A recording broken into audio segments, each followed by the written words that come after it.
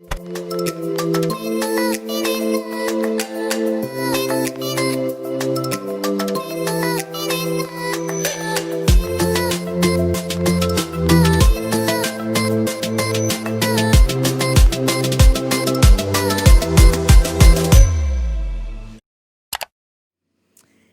leer contigo el libro de Apocalipsis capítulo 12, versículo 17, un pasaje súper conocido. Dice la Biblia: entonces el dragón se llenó de ira contra la mujer y se fue a hacer guerra contra el resto de la descendencia de ella, los que guardan los mandamientos de Dios y tienen el testimonio de Jesucristo. Quiero que lo coloquemos, lo mantengamos en pantalla y usted vea fuertemente esto. Diga fuerte conmigo, entonces. Diga: el dragón se llenó de ira contra la mujer. Repita eso nuevamente. Diga: entonces.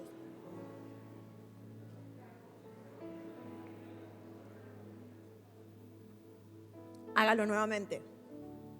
Entonces, contra la mujer.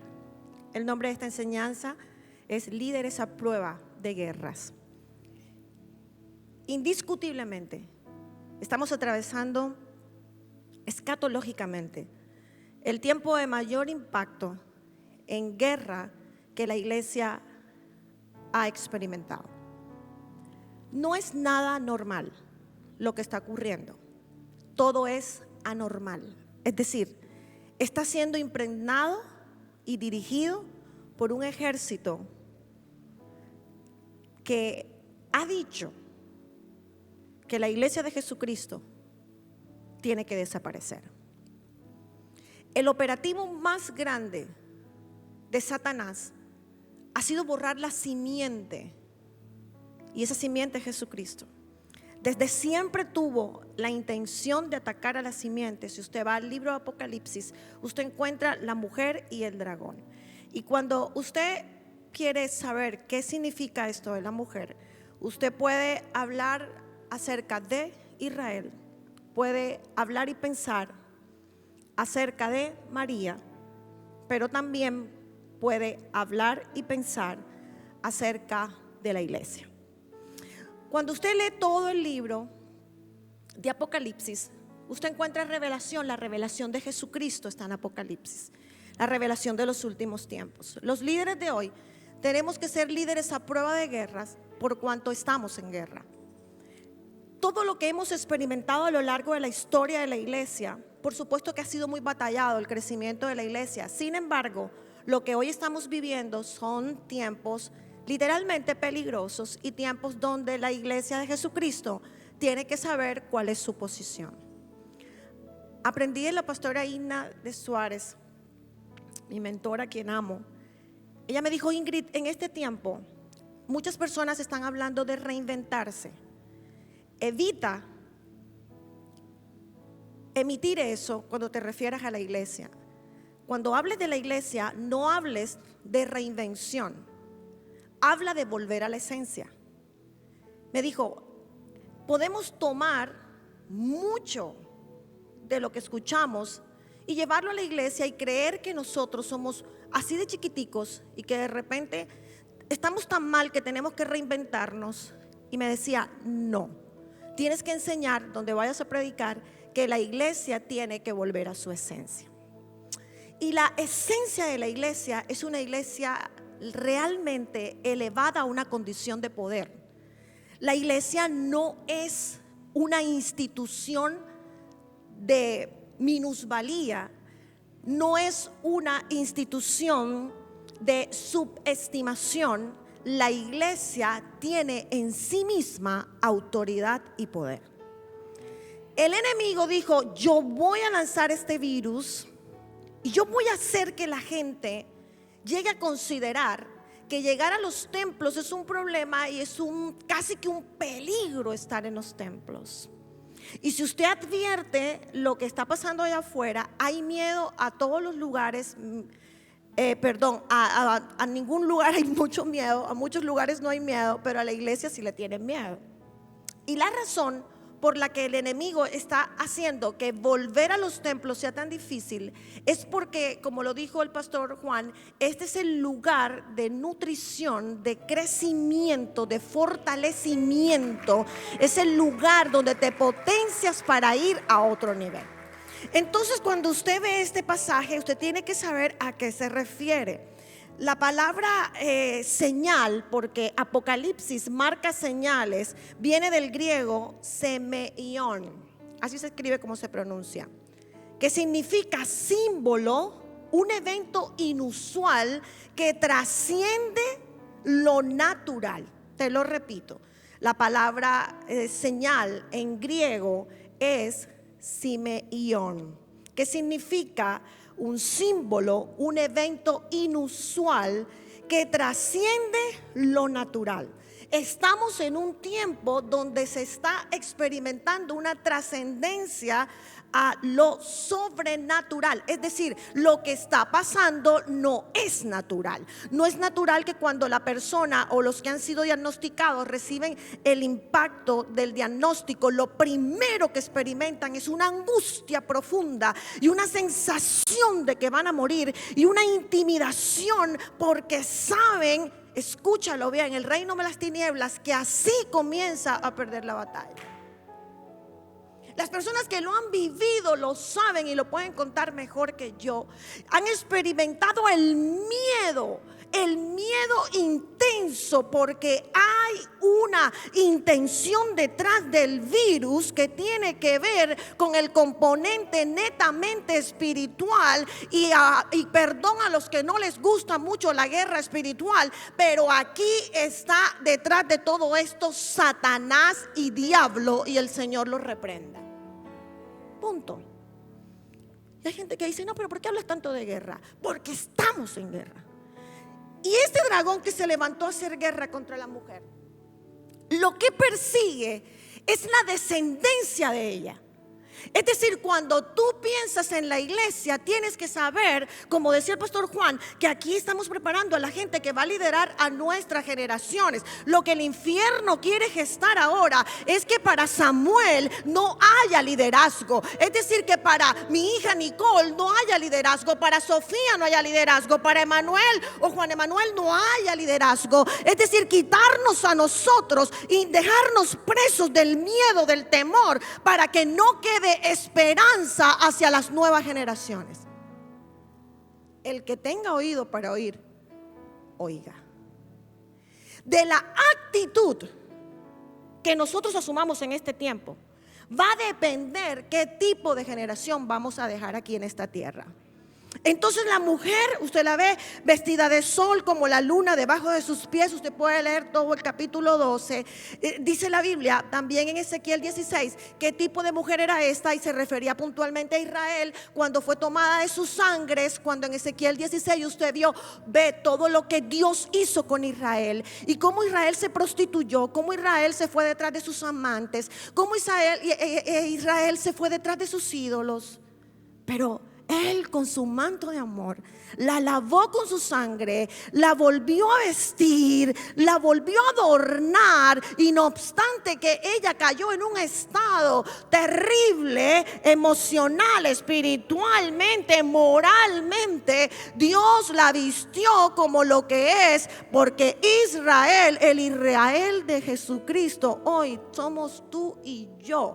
No solamente es el Israel como pueblo, sino que al venir Jesús a esta tierra hemos sido adoptados, y entonces tú y yo constituimos el Israel celestial. Yo no sé tú, pero eso me da mucho gozo saber que yo soy parte de ese Israel. Si usted va al versículo 7, dice: después hubo una gran batalla en el cielo. Miguel y sus ángeles luchaban contra el dragón, y luchaban el dragón y sus ángeles. La Biblia describe en este pasaje, en el versículo 9, que este dragón, la serpiente antigua, que se llama Diablo y Satanás, el cual engaña al mundo entero. Es decir, ha venido a inventarse la manera de cómo engañar a la propia novia.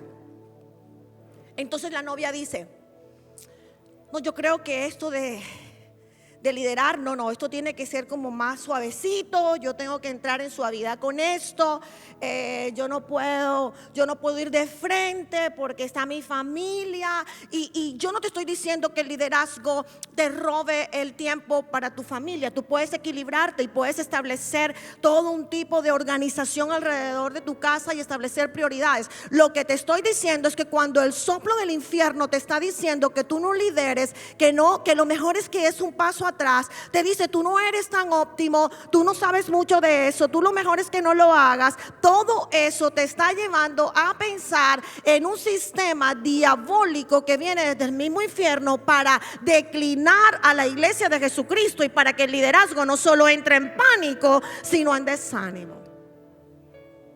Y todo es demoníaco. Todo está gestado por este dragón. Él salió a hacer guerra, diga guerra. Una de las palabras que describen guerra es palé.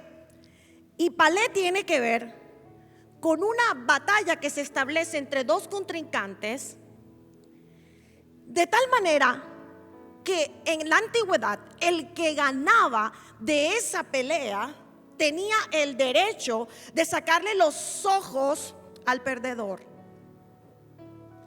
Cuando el ganador iba por encima es decir, podía vencer al otro y el otro le lanzaba al piso, entonces podía arrancarle los ojos, y eso me refiere en el mundo espiritual a un robo de la visión.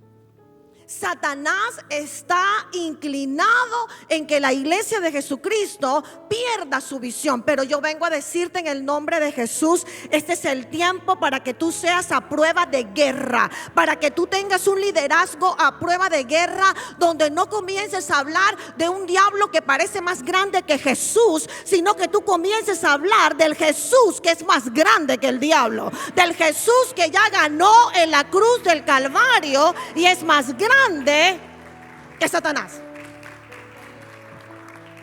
Entonces es preocupante, Pastor Iván, cuando entonces la gente comienza a hablar más del diablo y pareciera que el señor diablo está ganando la batalla por todos lados, pero la iglesia de Jesucristo entonces quedándose atrás y no entendiendo que ella lo único que necesita es volver a su origen, es decir, volver a su esencia y saber que ella camina detrás de un poderoso gigante, y ese poderoso gigante va delante de ti diciéndole a la iglesia: ven, amada novia mía, sígueme porque te estoy preparando para el encuentro final. La Biblia es contundente cuando nos enseña en este Apocalipsis capítulo 12. Usted lo ve en el versículo 4, que vemos al dragón que se paró frente a la mujer que estaba para dar a luz a fin de devorar a su hijo tan pronto como naciese. Eso ya estuvo en cumplimiento cuando María vio frente a ella el reino mismo de las tinieblas para perseguir a Jesús y matarlo. Si usted sigue leyendo, usted encuentra más de lo que le estoy hablando y usted dice: oh, pero si es que esto tiene que ver hasta con Génesis. Claro que sí. Génesis 3:15 dice: y pondré enemistad entre tú y la mujer.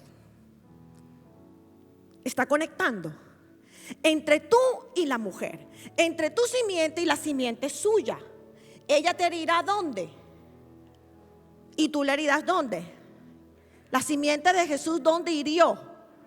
En la cabeza. Es decir, ya Jesús ganó en la cruz del Calvario por esta guerra que tú y yo estamos viviendo. El punto es si tú como líder lo crees o no. Allí sí tenemos que hablar entonces de qué posición tomamos, porque Dios no ha hecho marionetas, Él ha hecho gente con libre albedrío. Y tú puedes decir: en esta verdad que estoy frente a un impacto de guerra contundente como nunca antes, yo tengo que cuidar mi sistema emocional, porque si mi sistema emocional lo dejo a favor de esta guerra, sencillamente la pierdo. Pero si mi sistema emocional se compagina con el cielo, Es decir, pienso como piensa Jesús. La Biblia dice que tú y yo tenemos la mente de Cristo. Mi mente no puede estar sumergida a lo que el impacto de las tinieblas está diciendo. Nosotros lideramos un colegio y todo lo que el enemigo puede decir a los directivos de colegio es que se van a acabar. Y un día le dije a mi hermana, ajá, ¿y qué si se acaba? Prepárate para el peor de los escenarios. Y cuando te enfrentes a ese peor de los escenarios, tú le dices al reino de las tinieblas: y si eso pasa, mi fidelidad a mi Señor no va a mermar, porque yo sé que mi dependencia no viene del colegio, no viene de la empresa, no viene del negocio, viene de Jesús. Un liderazgo a prueba de guerra sabe de dónde es su fuente de dependencia.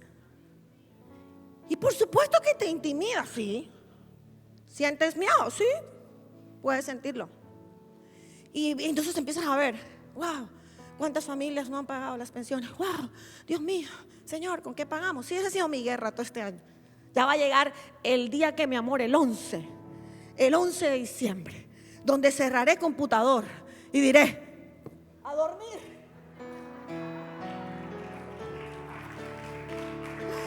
A dormir, a comerme un buen pescado y descansar. Es decir, lo que te quiero hablar es que tú no solo estás en guerra, estamos en guerra, pero hay una diferencia, y es cómo me posiciono en esa guerra.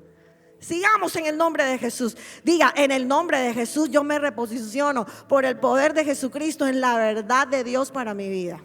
Apocalipsis del 7:12, del 7 al 9. Entonces te habla de esa gran batalla en el cielo entre Satanás y sus demonios, Miguel y sus ángeles. Y dice la Biblia que esta batalla se produjo y se vino con gran cantidad de ángeles. Esta batalla, en el nombre de Jesús, que dicen los teólogos que pudo haber sido posterior a la rebelión que se registra o que se cree que o se establece en el cielo, realmente es una rebelión que tiene que ver con corazones. Es decir, las rebeliones no se producen porque sí. Las rebeliones se producen cuando los corazones se dañan. Y usted, como líder de este tiempo a prueba de guerra, usted tiene que saber que la rebelión ni siquiera cabe en el corazón de usted. No puede caber en el corazón de usted.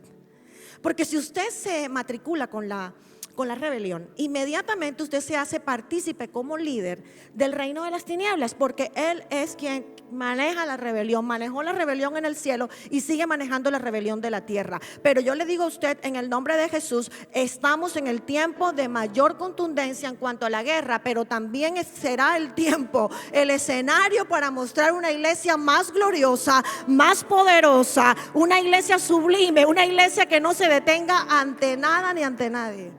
Como decía la pastora Male ayer, que podamos ser como esas palmeras que aunque nos movamos, de allí no nos vamos a declinar. Ok, vaya conmigo al libro de Daniel. Usted, cuando lea Apocalipsis, siempre lea y estudie Daniel, para que podamos entender mejor todo lo que tiene que ver con los tiempos finales. Pero en el libro de Daniel, capítulo 11, versículo 17, también conoce este pasaje porque se lo hemos citado mucho en este tiempo. Está la manifestación del anticristo, la descripción que hizo Daniel del anticristo. Decía Daniel, o da a entender en todas las escrituras, que será grande y poderoso. Este personaje actuará de manera arbitraria. Este personaje será un dictador, se elevará sobre todas las naciones. Él tratará de unificar la moneda, los gobiernos. Él creerá que puede traer la paz. Este personaje es un personaje que no podemos subestimar, se llama el anticristo, no le prestará atención a Dios, pero tiene una característica este personaje, que él sabrá hacer guerra.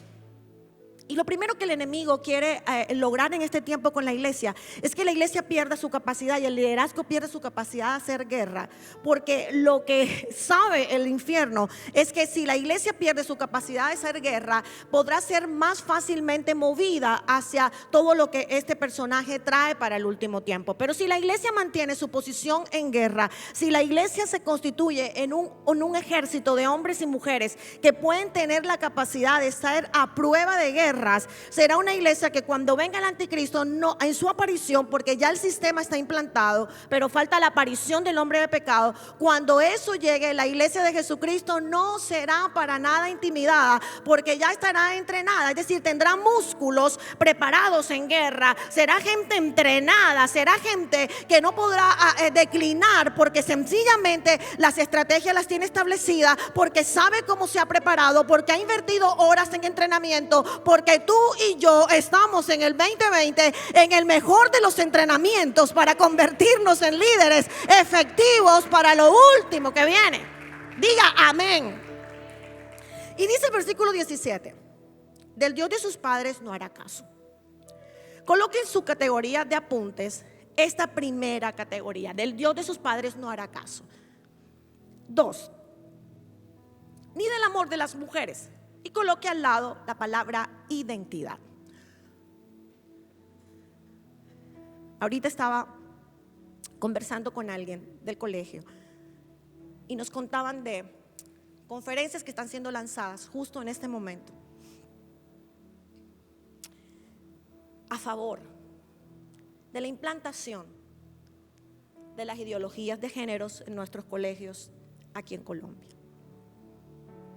Estamos en el peor tiempo. No es el tiempo para jugar al cristiano. Este no es el tiempo para jugar al pobrecito yo, que hoy oro, mañana no. Es decir, que hoy tengo ganas de venir a la iglesia y mañana no tengo ganas de venir a la iglesia. Un líder a prueba de guerra no vive de si tiene ganas o no tiene ganas. Él sabe que tiene una posición en esta jerarquía de guerra. Él sabe que tiene una posición y esa posición es inamovible. El tiempo de liderazgo en el que los pastores tenían que casi que suplicarle a la gente: ven, papito, no quieres servir, papito, por aquí, mi amor, ven. Y si no, no es amor. Se acabó. Se acabó. Es decir, estamos en guerra. Cuando usted está en guerra, ese extremo pechiche, como le llamamos aquí en Barranquilla, en mi tierra, para los que están fuera del país, pechiche tiene que ver con extremo consentimiento. Entonces, pechiche, pobrecito. No, tú vas a dar amor. El amor de Dios siempre será el referente de la iglesia. Nunca dejaremos de darlo. Somos dadores de amor. Tenemos que suspirar amor. Pero amor no es decirle a un líder: no tienen ganas de servir, papito. No. Escucha, no tienen ganas de servir, te lo pierdes. No tienen ganas de servir, te lo perdiste. Porque es que cuando venga el último tiempo y cuando tú y yo seremos llamados a la eternidad, dirán: venga, pastor Jacobo, ¿cuántas piedras tendrá esa corona que le pondré? Es que en transformado fueron 1, 2, 3, 4, 5 miles. Entonces el liderazgo no tiene que partir de una condición de súplica a. Cada vez que tú le suplicas a alguien para que lidere, le estarás haciendo un culto a su ego. Por lo tanto, estás postergando la posibilidad de que sea realmente un llamado líder a este último tiempo, porque el día que no te tenga a ti suplicándole, se irá detrás del primer impostor demoníaco que encuentre, porque no tiene peso.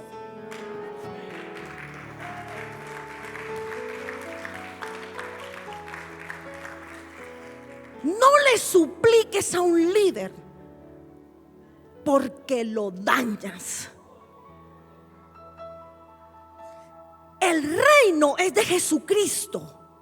Y sorprendentemente, cuando uno te diga que no, ya el cielo no se tiene uno, se tiene 3 para el mismo cargo.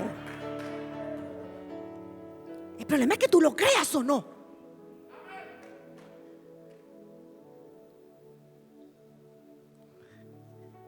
Así. Un liderazgo de cáscara de huevo. Un liderazgo que hay que suplicarle. Pues ese liderazgo no estará listo para decirle al anticristo: yo me voy a levantar contra esto, porque tú no vas a acabar mis generaciones, porque tú no vas a poder con los nuestros, porque yo me levanto a prueba de guerra en este tiempo para decirle a las generaciones: no quedaremos mal ante ustedes. Eso sí nos debe importar, cómo quedamos ante nuestras generaciones, eso sí. Porque cuando Josué se equivocó, ¿qué pasó con el liderazgo? ¿Qué pasó con ese liderazgo? ¿Qué pasó? No conocieron al Dios de sus padres. No hubo un liderazgo que le dijera: es que el Dios de Abraham, el Dios de Isaac, el Dios de Jacob es esto. Camina por aquí, circula por acá, hijo. Coloca tu palabra, la palabra de Dios en tu corazón. Camina en integridad, ámalo con todas tus fuerzas. No. Exacto. Entonces vamos a la palabra, porque el tiempo se me va y yo quiero aprovecharlo. Del Dios de sus padres no hará caso. Es decir, de la instrucción espiritual. ¿Te das cuenta que las nuevas generaciones hay que rogarles para ser devocionales? ¿Te has dado cuenta de eso?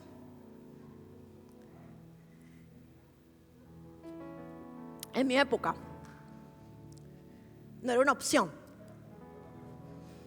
O sea, mi papá no nos daba la opción. O sea, no era que quieres hacer devocional o no. En esta casa se hace devocional.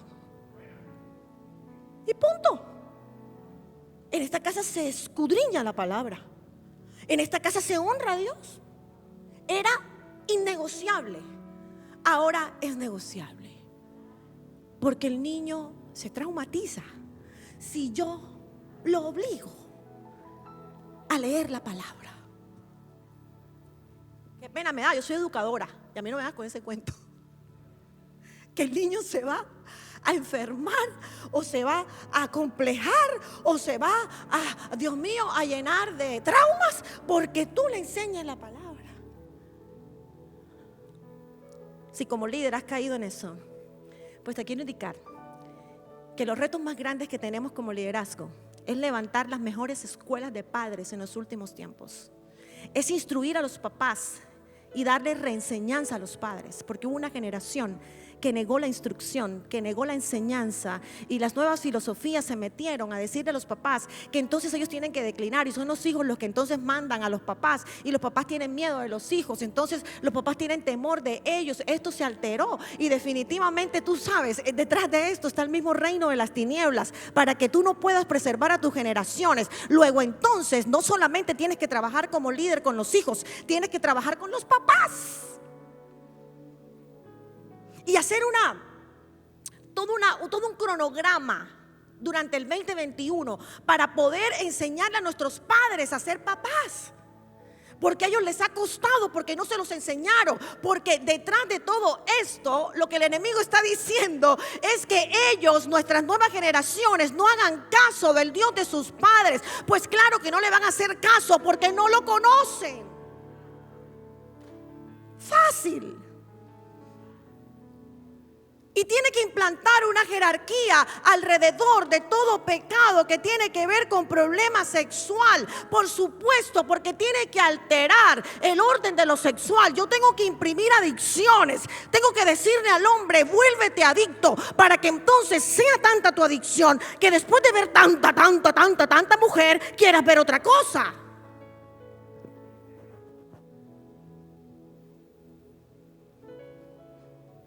Yo no sé usted, pero yo creo que la palabra de Dios es clara. La palabra del Señor es tan clara que te está diciendo, es el tiempo de que abras tus ojos y pienses que esta generación que se quiere perder frente a nosotros, escúchalo bien, solo te necesita a ti y a mí como líder para que no se pierda. Tienes que recuperar las fuerzas, tienes que reanimarte liderazgo, tienes que volver a colocarte las botas de guerra y saber que esta generación no se te va a perder ante ti, porque tú te vas a levantar como un líder a prueba de guerras. Eso es. Ser un líder a prueba de guerras no es no sentir la intimidación de la guerra. Tú la sientes. Pero ¿qué haces con eso? Copiar el lenguaje del infierno y hablarlo todo el tiempo. No, te llegó el mensaje del infierno, claro que te llega. Son bombardeos a diario, cada minuto tú estás recibiendo bombardeo. El punto es, ¿qué haces tú con ese bombardeo? O le imprimes palabra o te gana. Vaya conmigo al libro de 2 de Corintios, capítulo 12, versículo 21. Cuando usted pueda, léase del 14 en adelante. Era la tercera vez que el apóstol Pablo preparaba una visita a la iglesia de Roma. Entonces dice el apóstol, él hace toda una profunda manifestación de sus preocupaciones. Si usted quiere leer mucho de la iglesia disfuncional, de la iglesia que tiene problemitas aquí y allá, léase las cartas a los Corintios. Ahí aprendemos mucho de cómo funciona una iglesia disfuncional. Pero dice en la Biblia, en el versículo, yo leo desde el 19, me quiero detener en el 21, pero voy a leer contigo desde el 19. ¿Pensáis aún que nos disculpamos con ustedes? Delante de Dios en Cristo hablamos, y todo, muy amados, para vuestra edificación. Pues me temo, ¿qué tenía el apóstol? Un temor, ¿cierto? Pues me temo que cuando llegue no os halle tales como quiero. A todos los pastores nos pasó lo siguiente. Pues temo que al abrir los templos, el 50% se haya acomodado tanto a las casas que no quiera volver ni adorar en comunidad, donde mirad cuán bueno y cuán delicioso es habitar los hermanos juntos y en armonía. Hay un buen óleo que se desprende de allí. Y que entonces además yo no quiera servir, porque es que no es tiempo, no puedo servir. Entonces el liderazgo mermado. Todas sus iglesias están experimentando la misma crisis. Toda la iglesia, toda la novia está experimentando la misma crisis. Porque es un sistema del mismo reino de las tinieblas, donde el dragón implantó hacer guerra contra la mujer, contra la iglesia de Jesucristo también y su descendencia, es decir, sus nuevas generaciones. Entonces el apóstol Pablo tenía temor de que cuando él llegara, él los hallara con contiendas, envidias, iras, divisiones, maledicencias, murmuraciones, soberbias y desórdenes. Si usted piensa en su iglesia, en su congregación, o si usted está allá y piensa en su iglesia, usted puede decir, eso me pasa en mi iglesia. Todo eso me pasa. Pero luego dice que cuando vuelva, me humille Dios entre ustedes y quizás tenga que llorar por muchos de los que han pecado y no se han arrepentido de la inmundicia y fornicación y laxivia que han cometido. ¿Qué tuvo que hacer el infierno para poder validar un terreno fácil para la segunda categoría de Daniel capítulo 11 versículo 37, validar el pecado sexual dentro de la iglesia? Es decir, meterlo sutilmente. Y hoy por hoy tenemos una iglesia muy sensualizada, una iglesia donde nuestros jóvenes fornican, donde nuestros jóvenes van y no tienen los límites que tú tenías antes cuando te casaste, pastora Male. Entonces no, sino que ahora van y es normal fornicar, porque hay una validación que sutilmente se metió en el mundo espiritual, vino traída con mucha sutileza para que la iglesia de Jesucristo fuera impregnada de eso. Entonces, por supuesto, estamos frente a una iglesia, una novia que ha perdido la capacidad de saber cuán poderosa puede ser en Jesús, porque sencillamente se ha distraído en un montón de cosas que no ha debido distraerse, en toda la connotación del egocentrismo que nunca lo hemos superado. Entonces, si la iglesia no corre alrededor de lo que yo pienso, pues entonces yo me voy. Si la iglesia o el liderazgo no ocurre lo que yo quiero, entonces ya no sigo, porque sigo siendo egocéntrico.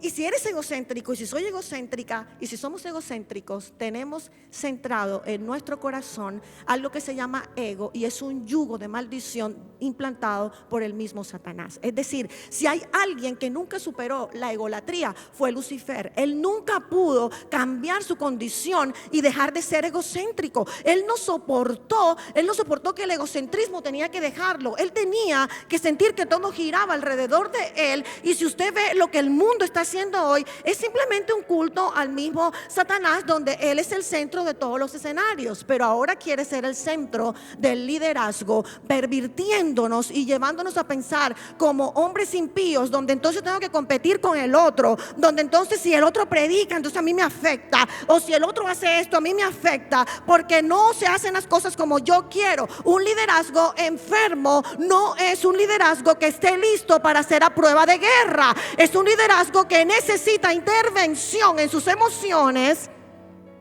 para ser sano. Por eso usted tiene que implantar ministerios de restauración. Por eso está transformados, porque usted necesita saber cuán dañado está su corazón. ¿De acuerdo? Desde chiquiticos venimos con daños. Recíbemelo con amor, por favor. ¿Me lo recibes con amor? Tú que estás allá, ¿me lo recibes con amor? La novia está llena de toxicidad.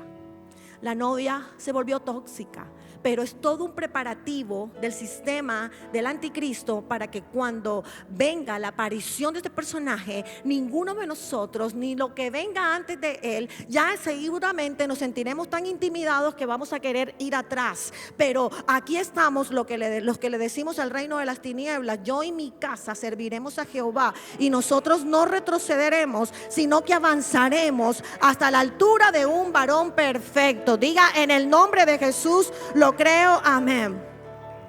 No respetará Dios alguno. Es decir, la unificación de las religiones. Por eso usted ve que el nombre de Jesucristo tiene que ser quitado de los escenarios para que el diablo se sienta feliz. Usted ve que Dios encaja en todo lado.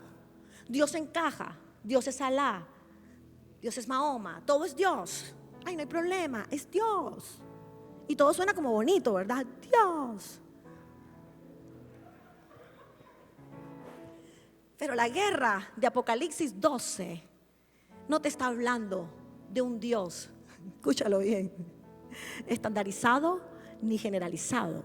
Te está hablando de Jesucristo, el Rey de Reyes y Señor de Señores. Donde está Jesucristo, la cosa tiene que cambiar. No sé si puedes aplaudirlo más fuerte, pero Él es el Rey de Reyes y Señor de Señores. Él merece toda la honra y toda la gloria.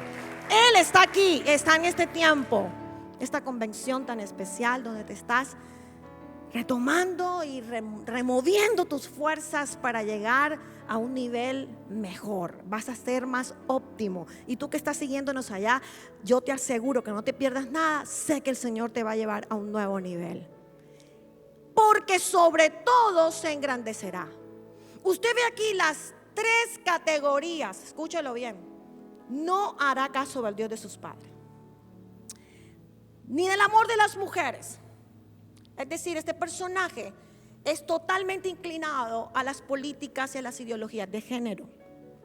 Por eso usted siente y va a sentir en los próximos años con más profundidad que ser un heterosexual pareciera entonces lo raro. Es decir, si tú dices algo de las ideologías, entonces pareciera que tú fueras como el malo del paseo. Y a todas las personas que tienen esas batallas con sus ideologías y que tienen batallas con su identidad, a todos ellos les decimos: aquí te recibimos con los brazos abiertos, porque sabemos que Jesús te puede mostrar un mejor camino. Y recordarte quién eres tú. Te amamos en Jesús porque sabemos que Dios mandó a Jesús para pagar en la cruz del Calvario y no hay ninguno que se le escape de su gracia. Él quiere entregarle gracia a todos, gracia suficiente y abundante para todos. Pero yo le estoy hablando al liderazgo que no puede ser por nada del mundo tan fluctuante en su guerra, porque las nuevas generaciones recibirán un impacto más fuerte del que usted y yo hemos recibido. Me falta 1 minuto para culminar y te pido que en el lugar donde estés tú puedas decirle a tu corazón, porque el asunto del liderazgo es un asunto del corazón. Tú puedas decirle a tu corazón: si yo quiero servirte, lo primero que tengo que interiorizar es que servirte es un literal proceso, escúchalo bien, privilegiado. Servir a Dios es un privilegio real. Se dice muchas veces como un cliché, pero no es un cliché, es una verdad. Que tú estés sentado aquí preparándote como un líder, eso es un privilegio, porque el día que tú estés en la eternidad, tú no serás cualquiera en el cielo. Tú vas a tener en el nombre de Jesús corona que va a representar las veces que has pagado lágrimas, las veces que has llorado, que has suplicado por alguien. Ninguna de esas lágrimas, pastor y líder que estás aquí, quedará sin recompensa. Pero ha llegado el tiempo de decir: yo no voy a vivir en un estado emocional paupérrimo. Yo voy a creer que la dimensión de mis emociones está liderada por alguien más fuerte que yo, que ha dicho que yo puedo tener su mente, y ese se llama Jesucristo.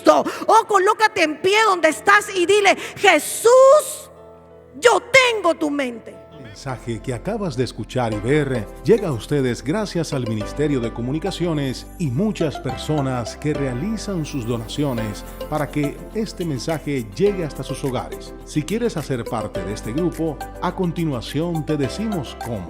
Gracias por tu corazón generoso. Iglesia AMI, familia amada por Dios.